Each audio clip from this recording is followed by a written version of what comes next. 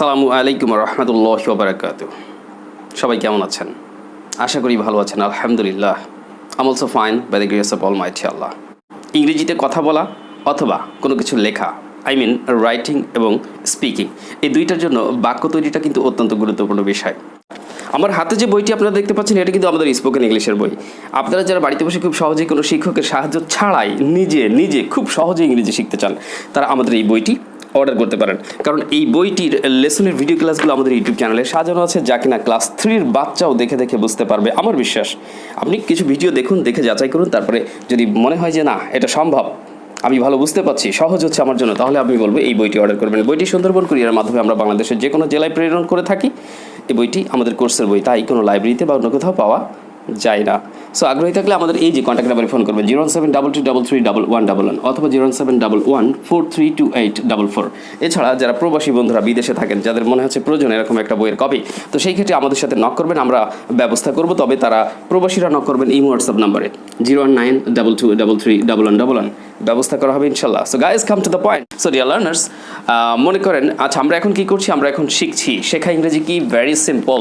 শেখা ইংরেজি হচ্ছে লার্ন, LEARN। এই লার্ন শব্দটি দিয়ে আপনি এখন একটা বাক্য তৈরি করার চেষ্টা করবেন। ওকে, তো এখন আপনি বাক্য তৈরি করছেন। আপনি যেহেতু এখন ইংরেজি শিখছেন, আপনি বললেন যে আমি ইংরেজি শিখছি, তাহলে বাক্যটি আমি ইংরেজি শিখছি, অর্থাৎ বর্তমানে এই কাজটি এখন চলছে। তাহলে বর্তমানে যা কিছু চলে, যেটা চলমান, সেটাকে বলা হয় প্রেজেন্ট কন্টিনিউয়াস টেন্স। এখন প্রেজেন্ট কন্টিনিউয়াস টেন্সে যদি টেন্সের আইডিয়া আপনার থেকে থাকে, তাহলে নিশ্চয়ই বুঝতে পেরেছেন এটি প্রেজেন্ট কন্টিনিউয়াস টেন্স। এখন প্রেজেন্ট কন্টিনিউয়াস টেন্সের স্ট্রাকচার তাহলে কি? এই স্ট্রাকচার হচ্ছে সাবজেক্টের পর ভার্বের আইএনজি যোগ করতে হবে, নাকি? অবশ্যই না। সাবজেক্টের পর অক্সিলারি ভার্ব বসাতে হবে, প্রয়োজনীয় অক্সিলারি ভার্ব। যেমন এখানে ইংরেজি শেখা কার কথা বললাম? যে আমি ইংরেজি শিখছি, তাহলে আমি কি? সাবজেক্ট। তাহলে যদি আমি আই লিখি, এখন আয়ের পরে অক্সিলারি ভার্ব হিসেবে প্রেজেন্ট কন্টিনিউয়াস টেন্সে কোনটা বসে? এম বসে না ইজ বসে নাকি আর বসে? নিশ্চয়ই আপনার জানা আছে হয়তো বা এম বসে। তাহলে আই এম, তাহলে কি দাঁড়ালো? স্ট্রাকচারটা সাবজেক্টের পরে অক্সিলারি ভার্ব, তাহলে সাবজেক্টের পর এম ইজ আর, এদের কোনো একটি, এরপর মেইন ভার্বের সাথে কি করবেন? আইএনজি যোগ করবেন। তাহলে এখানে কি করার কথা বলা হচ্ছে? শেখার কথা বলা হচ্ছে। আমি ইংরেজি শিখছি, শেখা। তাহলে এই শেখা ভার্বটি হচ্ছে লার্ন। এই যে উপরে রয়েছে এই লার্ন ভার্বের সাথে আপনাদেরকে এখন আইএনজি যোগ করতে হবে। তাহলে আপনি বললেন আই অ্যাম লার্নিং, আইএনজি যোগ করলাম, এই যে আই এম লার্নিং, আমি শিখছি। বাট প্রশ্ন হলো কি শিখছি? তাহলে আপনি বললেন যে আই এম লার্নিং ইংলিশ, আমি ইংলিশ সংক্ষেপে লিখলাম। ওকে, আমি ইংরেজি শিখছি। এখন এই যে বাক্যটি আপনি তৈরি করলেন যে আমি ইংরেজি শিখছি, আই এম লার্নিং ইংলিশ, কোন টেন্সে পড়লো? প্রেজেন্ট কন্টিনিউয়াস টেন্সে। বাট এখন আপনার কাজ হচ্ছে, আমি সবসময় বলি 4টা প্যাটার্নে বাক্য তৈরি করার চেষ্টা করুন। বারবার বলছি 4টা প্যাটার্নে। সেটা কি? হাবোধক বাক্য, আই এম লার্নিং ইংলিশ, আমি ইংরেজি শিখছি, হাবোধক কথা, এর মধ্যে কোনো না শব্দ নাই, তাই এটা হাবোধক। এবার নাবোধক কথা বানান এটাকে, এই বাক্যটিকে নাবোধক বানান। তাহলে আমি ইংরেজি শিখছি, এর নাবোধক হবে আমি ইংরেজি শিখছি না। তাহলে আপনি কি করবেন? আপনি এখানে লিখবেন I am not learning English. Okay, খুবই সহজ বিষয়। এবার আপনি এটাকে কোশ্চেনে রূপান্তর করুন যে আমি কি ইংরেজি শিখছি? আপনি নিজেকে কোশ্চেন করছেন। যদি আমরা স্পিকিং করার সময় নিজেকে কোশ্চেন করি না, কোশ্চেন করি অপরকে, তবে প্যাটার্নটা এভাবেই শিখে নিতে হবে আপনাকে সেলফ প্র্যাকটিসের মাধ্যমে, যাতে করে আপনি স্পিকিং করার সময় অপরকে প্রশ্ন করতে পারেন। এনিওয়ে, তাহলে আমি কি ইংরেজি শিখছি, এখন তখন কি হবে? তখন অক্সিলারি ভার্বটাকে আপনাকে আগে নিয়ে আসতে হবে, তারপরে subject. Am I learning English. এটা হলো হাবোধক প্রশ্ন। হাবোধক প্রশ্ন, যে প্রশ্নে কোনো নট শব্দ নাই। এবার আমরা নাবোধক প্রশ্ন তৈরি করার চেষ্টা করব যে আমি কি ইংরেজি শিখছি না, তখন আপনি কি করবেন? তখন আপনি এইভাবে করবেন যে am I not learning English. Okay, এই হচ্ছে আপনার বাক্য।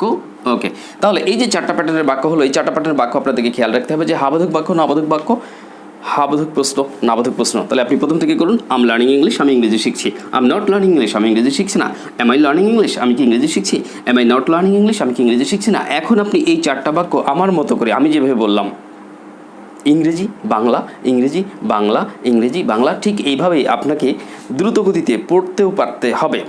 এবং আপনি প্রথমে দেখে পড়ার চেষ্টা করুন এইভাবে যে আই এম লার্নিং ইংলিশ, এবার বাংলা বলেন আমি ইংরেজি শিখছি। এবার দ্বিতীয়টা I am not learning English, আমি ইংরেজি শিখছি না। এবার দ্বিতীয়টা এম আই লার্নিং ইংলিশ, আমি কি ইংরেজি শিখছি। চতুর্থটা অর্থাৎ শেষ, am I not learning English, আমি কি ইংরেজি শিখছি না? আপনি যখন এগুলো বলবেন বা পড়বেন তখন চেষ্টা করবেন একটা বিষয় খেয়াল রাখার জন্য, সেটা হচ্ছে যে আপনি কত দ্রুত বলতে পারেন, কত দ্রুত বলতে পারেন। এখন হয়তো প্রশ্ন করতে পারেন, স্যার এই দ্রুত বলতে না পারলে কি কোনো সমস্যা? আমি বলবো কোনো সমস্যা নাই, তবে চেষ্টা করতে হবে আপনার অ্যাবিলিটি অনুযায়ী as fast as you can you should try to speak fast. দ্রুত গতিতে এগুলো বলার চেষ্টা করুন যতটুকু আপনার পক্ষে সম্ভব হয়। কারণ কি, এই দ্রুত কথা বলতে গেলে আমাদের অনেকে আছে স্পিকিং করতে গেলে বলে, স্যার আমার তো কথা বেঁধে যায়, বা এরকম করতে হয়, মানে নানান মিনিংলেস সাউন্ড, অর্থহীন শব্দ তারা করে ফেলে। এখন এটাকে কি বলা হয়? এটাকে বাবলিং বা স্টামারিং বা তোতলামি যাই বলি না কেন। তো এই ধরনের সমস্যা যাদের রয়েছে তারা যদি দ্রুত গতিতে এরকম পড়ার চেষ্টা করেন তাহলে ধীরে ধীরে দেখা যাবে ওই ধরনের সমস্যার অনেকটাই সমাধান হয়ে গেছে ইনশাআল্লাহ। সো দ্রুত গতিতে পড়ার চেষ্টা করবেন, আমার ইনস্ট্রাকশন ফলো করুন, কাজে লাগবে ইনশাআল্লাহ। So guys, once again take a look, try to understand, বোঝার চেষ্টা করুন। আমি লার্নিং ইংলিশ, আমি ইংরেজি শিখছি। আমি নট লার্নিং ইংলিশ, আমি ইংরেজি শিখছি না। এম আই লার্নিং ইংলিশ, আমি কি ইংরেজি শিখছি। Am I not learning English, আমি কি ইংরেজি শিখছি না। এবার মনে করেন এটা আয়ত্ত হয়ে গেছে, এবার আপনি না দেখে বলার চেষ্টা করুন। আমি লার্নিং ইংলিশ, আমি ইংরেজি শিখছি। আমি নট লার্নিং ইংলিশ, আমি ইংরেজি শিখছি না। এম আই লার্নিং ইংলিশ, আমি কি ইংরেজি শিখছি। Am I not learning English, আমি কি ইংরেজি শিখছি না। আমি কিন্তু আপনাদের দিকে তাকিয়ে তাকিয়ে বললাম, খেয়াল করে দেখুন আমার দৃষ্টি কিন্তু আপনার দিকে বা আপনাদের দিকে। সো এভাবে বলার চেষ্টা করুন, তাহলে এতে করে কী লাভ হলো? আপনি বাক্য তৈরির প্যাটার্নটাও শিখলেন, পাশাপাশি স্পিকিংয়ের প্যাটার্নটাও কিন্তু শিখে গেলেন। তাহলে এইভাবেই চেষ্টা করতে হবে। এখন এরপরে দেখা যাচ্ছে আরও দুটো একটা বাক্য আপনি চেষ্টা করতে পারেন, আমি একটু দেখাই আপনাদেরকে। সো এটা গেল শেখার ব্যাপার। এখন মনে করেন, আচ্ছা বলুন তো যাওয়া ইংরেজি কি? যাওয়া, কোথাও আপনি যাবেন, তাহলে সেই যাওয়া শব্দটির ইংরেজি কি হবে? আপনি তো আমাকে বলবেন যে স্যার যাওয়া ইংরেজি হচ্ছে গো। গো মানে যাওয়া, এই যে গো, গো মানে যাওয়া, যাওয়া ইংরেজি গো। তো এক্ষেত্রে আমরা একটা বাক্য তৈরি করলাম যে কি বলা যেতে পারে? সে কলেজে যাচ্ছে। আচ্ছা, সে কলেজে যাচ্ছে। এখন কে কলেজে যাচ্ছে? সে। আপনি বললেন যে সে হচ্ছে হি। এখন হির ক্ষেত্রে এই যে প্রেজেন্ট কন্টিনিউয়াস টেন্স, সে কলেজে যাচ্ছে, তার মানে কি তার যাওয়াটা চলছে, প্রেজেন্ট কন্টিনিউয়াস চলমান। সে কলেজে যাচ্ছে, তার মানে যাওয়াটা চলছে, প্রেজেন্ট কন্টিনিউয়াস। তাহলে হির পরে অক্সিলারি ভার্ব হিসেবে এম, ইজ, আর কোনটা ব্যবহার করবেন? আপনি বলবেন যে স্যার আমি ইজ ব্যবহার করবো, হি ইজ। Very easy. এবার গো ভার্বের সাথে কি করতে হবে? এই গো ভার্বের সাথে আপনাকে আইএনজি যোগ করতে হবে। ওকে, তাহলে হি ইজ গোয়িং, সে যাচ্ছে। কোথায় যাচ্ছে? কোনো দিকে যাওয়া বুঝালে সাধারণত আমরা সেই ক্ষেত্রে টু দিতে পারি, কোনো জায়গার দিকে, অর্থাৎ হি is going to college. He is going to college. যারা কলেজে পড়েন তারা কলেজ বানানটি কিন্তু অনেকেই ভুল করে ফেলেন। কলেজ বানানটি খেয়াল করবেন, COLLEGE। এখানে অনেকেই ভুল করে COLLAGE, এ ব্যবহার করেন। কলেজ, কলেজ ভুল হয়ে যায়, তাই না? আসলে কলেজ বানানে কোনো এ নাই। তাহলে he is going to college, সে কলেজে যাচ্ছে। এবার এটাকে চারটা প্যাটার্নে নিয়ে যান। চারটা প্যাটার্ন বোঝেননি? একটু আগেই তো বোঝাচ্ছিলাম। He is going to college, সে কলেজে আছে। He isn't going to college. ইজের সাথে যখন নট করবেন তখন সংক্ষেপে বলা যেতে পারে ইজেন্ট, অথবা ইজ নট আপনি আলাদা করে বলতে পারেন। তাহলে he is going to college, সে কলেজে যাচ্ছে। He isn't going to college, সে কলেজে যাচ্ছে না। Is he going to college, সে কি কলেজে যাচ্ছে? Isn't he going to college, সে কি কলেজে যাচ্ছে না? তাহলে এইভাবে আপনি প্রতিটি বাক্য বানান, এক একটা ভোকাবুলারি দিয়ে আপনি সেন্টেন্স তৈরি করার পর এই সেন্টেন্সটিকে ইংরেজিতে বাংলায়, ইংরেজি বাংলা, ইংরেজি বাংলা এভাবে বলার চেষ্টা করুন যত দ্রুত গতিতে পারেন সম্ভব। তাহলে এইভাবে আপনি কি করবেন? সেন্টেন্স মেকিং করবেন। তবে একটা জিনিস দেখুন, এই যে আমি বললাম সেই কলেজে যাচ্ছে, এর ইংলিশটা আমরা করলাম যে হি ইজ গোয়িং টু কলেজ। কারণ কি, এটা প্রেজেন্ট কন্টিনিউয়াস টেন্সে ছিল। এটা কীভাবে বুঝলাম? যে সে কলেজে যাচ্ছে, তার মানে তার যাওয়া চলছে, চলমান, এটা প্রেজেন্ট কন্টিনিউয়াস। কিন্তু এইভাবে আপনাকে কোনো বাংলা বাক্য বিচার বিশ্লেষণ করে বুঝতে পারতে হবে যে সেটি কোন টেন্সে পড়ছে। তার মানে কি টেন্সের সমস্যা নাই তো আপনার? নিজেকে প্রশ্ন করুন যে আপনি টেন্স বোঝেন তো, নাকি টেন্সেই সমস্যা রয়েছে, মানে গোড়ায় গলদ? তাহলে গোড়ায় যদি গলদ থাকে তাহলে এখানে এসে কিন্তু আপনাকে বলদের মতো কাজ করতে হবে। তাহলে গোড়ায় যদি না থাকে গলদ, আপনাকেও হতে হবে না বলদ। সো বি কেয়ারফুল, সবাই সতর্ক হই আমরা যেন বলদ না হয়ে যাই। এনিওয়ে, যাই হোক, আশা করি বুঝতে পেরেছেন কী বোঝাইতে চাচ্ছি। তাহলে আপনাকে টেন্সের ধারণা মোটামুটি আকারে রাখতে হবে। টেন্সের ধারণা মোটামুটি ধারণা থাকলে ইনশাল্লাহ আশা করি আমি যে আমার বিশ্বাস আপনারা খুব সহজেই বাক্য তৈরি করতে পারবেন এবং বলতে পারবেন ইনশাআল্লাহ। সো গাইজ, তাহলে এইভাবে আপনি দ্রুতগতিতে বলার চেষ্টা করুন, প্র্যাকটিস করুন বেশি বেশি, ঠিক আছে? আচ্ছা, এখন আপনারা কী করছেন? এই মুহূর্তে আপনারা আমাদের ভিডিও ক্লাসটি দেখছেন মনে করেন। তাহলে ভিডিও ক্লাসটি যেহেতু দেখছেন, দেখা ইংরেজি কি? এখন যেটা দেখছেন এটা তো টিভিতে দেখার মতো, অথবা মোবাইলে যেটা দেখা বা স্ক্রিনে দেখা, তাই না? ওকে, ল্যাপটপ, কম্পিউটার, টেলিভিশন দেখার মতো দেখা দেখছেন। এই ধরনের দেখাকে কিন্তু সি বলা যাবে না। এই ধরনের দেখাকে আমাদেরকে বলতে হবে ওয়াচ। আমি একটু দেখাচ্ছি। Okay, take a look at the board. Take a look at the board মানে জানেন তো সবাই? বোর্ড যখন বলেছি তখন বুঝতে পেরেছেন যে বোর্ডের দিকে তাকাতে বলছি, তাই না? Take a look at the board মানে কি বোর্ডের দিকে লক্ষ্য করুন। ওকে, তো আমি যেটা বললাম যে এখন যেটা করছেন আপনারা দেখছেন, এই দেখা ইংরেজি ওয়াচ।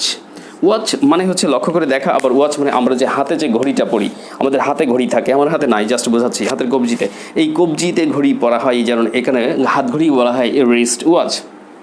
তখন এই রিস্ট বানানটা কিন্তু WRIST, খেয়াল করবেন, এই যে রিস্ট ওয়াচ মানে হাত ঘড়ি হয়, রিস্ট ওয়াচ। এখন আমাদের আপাতত রিস্ট দরকার নাই, আমাদের দরকার হচ্ছে শুধু ওয়াচ, অর্থাৎ ঘড়ি নয়। এই ওয়াচের মানে ঘড়িও হয়, আবার ওয়াচের মানে লক্ষ্য করে দেখাও হয়।